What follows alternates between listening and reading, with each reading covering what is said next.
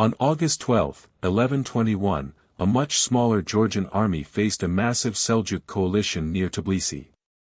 The Georgians had roughly 50,000 to 56,000 men, according to historical estimates. The enemy force was several times larger. On paper, David IV should have been facing an impossible battle. Instead, he chose the battlefield before the battle even began. Didgori was a mountainous area west of Tbilisi, with narrow approaches and difficult terrain. A huge army could gather there, but moving it was another problem. David understood exactly what that meant. His army positioned itself between the mountains. Behind them, the route was blocked with fallen trees. Retreat would be extremely difficult. The Georgians had to make the first move count. Then David sent around 200 cavalrymen toward the enemy. They approached as if they wanted to defect. The Seljuk commanders believed them. The cavalry entered their lines without being stopped. Then everything changed. The Georgians suddenly attacked from inside the enemy formation. Confusion spread through the Seljuk ranks. At the same moment, David launched the main attack. Another Georgian force under Demetrius struck from the mountains. Suddenly, the larger army was being attacked from several directions. Its numbers became a weakness. Thousands of soldiers were packed into terrain where maneuvering was difficult.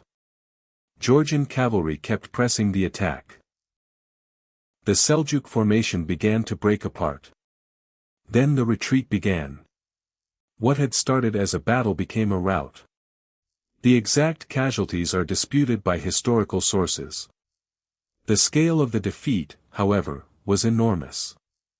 David had defeated a coalition that greatly outnumbered his army.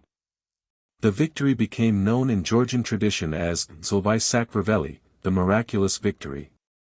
But the battle had a much bigger consequence. Tbilisi was still under Muslim rule. After Didgori, David continued his campaign toward the city. In 1122, Georgian forces captured Tbilisi. David then made Tbilisi the capital of Georgia. Didgori had changed the balance of power in the region. And the victory was remembered for centuries. Today, massive swords stand across the Didgori battlefield.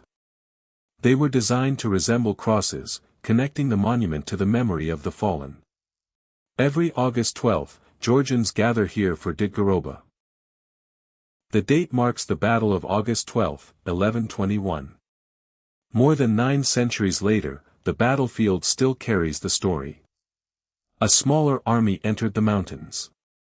David chose the terrain, created a trap, and attacked at the right moment. The larger army lost the advantage its numbers were supposed to give it. And one battle became a turning point in Georgian history. This was the Battle of Didgori.